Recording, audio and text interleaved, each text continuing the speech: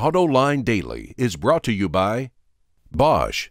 The number of clean diesel models in North America will double by 2014. Bosch Clean Diesel. Good, clean, fun.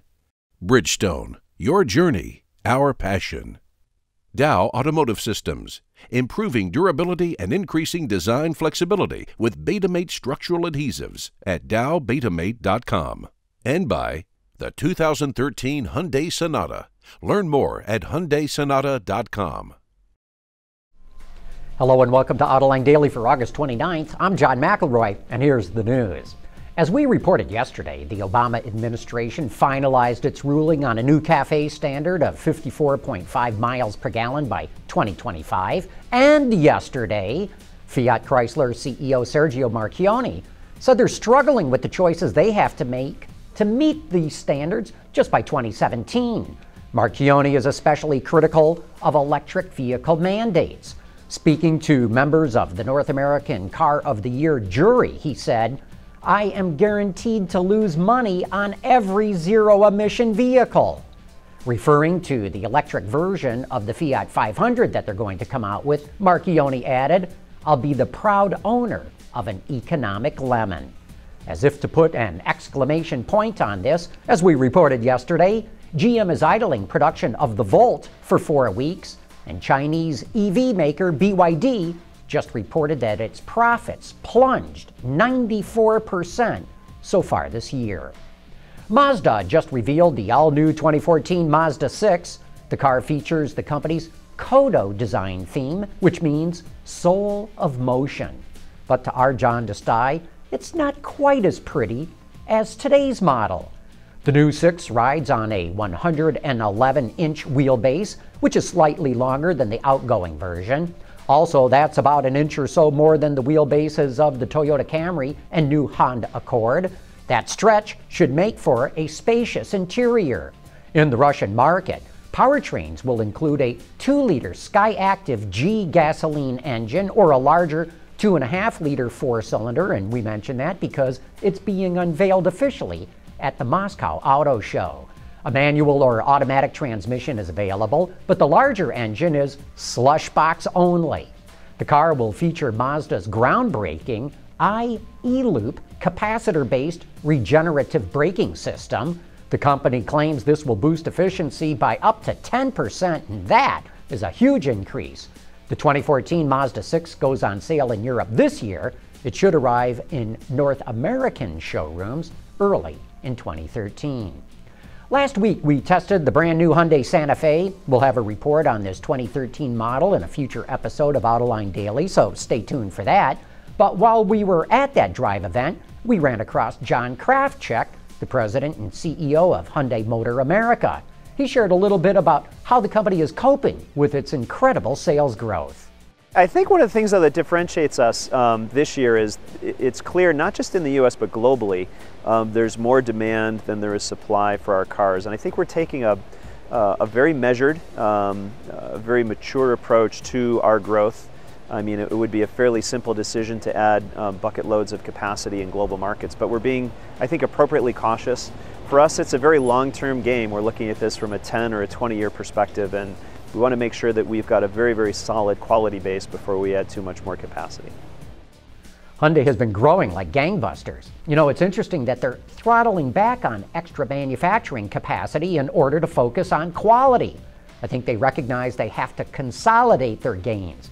On that note, Krafcik mentioned if things continue as the company is going, they're on track to sell a whopping 700,000 vehicles in the United States this year. And who would have imagined that just 5 years ago? Okay, back to Russia for a moment. The head of General Motors International Operations, Tim Lee, says the company plans to invest $1 billion in Russia over the next 5 years. Right now, Russia is the only BRIC country that's booming. That's a hot market that everyone wants to be in, and it's expected to become a significant one. Last year, sales were up 40% to 2.5 million vehicles, and analysts expect the Russian car market will become bigger than the German market in the next decade. As you Autoline Daily viewers know, a number of cities in China are limiting the number of license plates they give out in order to limit car sales to curb pollution and emissions. but now it's just about impossible to get a plate.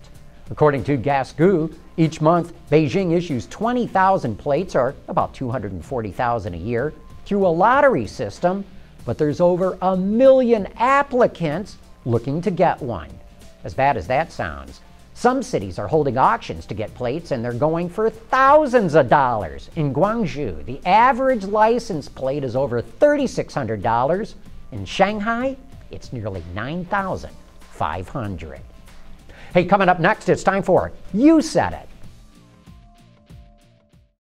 Reducing exhaust emissions, aerified diesel particulate filters, high filtration, low back pressure, small package size, excellent durability. DowAerify.com. And now it's time for some of your feedback. David Darovitz wrote in to say, Volt is the best-selling EV in the world. 4 months of sales growth, very strong August retail sales, highest scores in third-party consumer and quality metrics. Well, Dave, all I can say is GM is losing a fortune on the Volt, and Nissan is losing even more money on the Leaf. As Sergio Marchionne said at the top of the show, electric cars are economic lemons. Chuck Grenche saw our report on the piezo electric motors from DTI and says, the story on the piezo electric motors left out one important piece of the equation, cost. A lot of benefits, but anyone know what that might be? Chuck, the DTI people say their motors would be a little bit more expensive, but offer other offsets, such as being able to use lighter gauge wiring. Pedro Fernandez is keeping an eye on labor talks in Canada and has this to say, CAW workers better watch out. Mexico's looking pretty inviting to the OEMs with its lower labor and tax costs, and it seems the workforce is not too shabby either. Just look at the Fiat 500 and the Fusion. Pedro's right. Mexico is red hot right now with all kinds of automakers expanding there. If the CAW is not careful, it could see production moving to the southern part of the NAFTA region. W.L. Simpson liked my editorial on how GM could save the situation with Opel.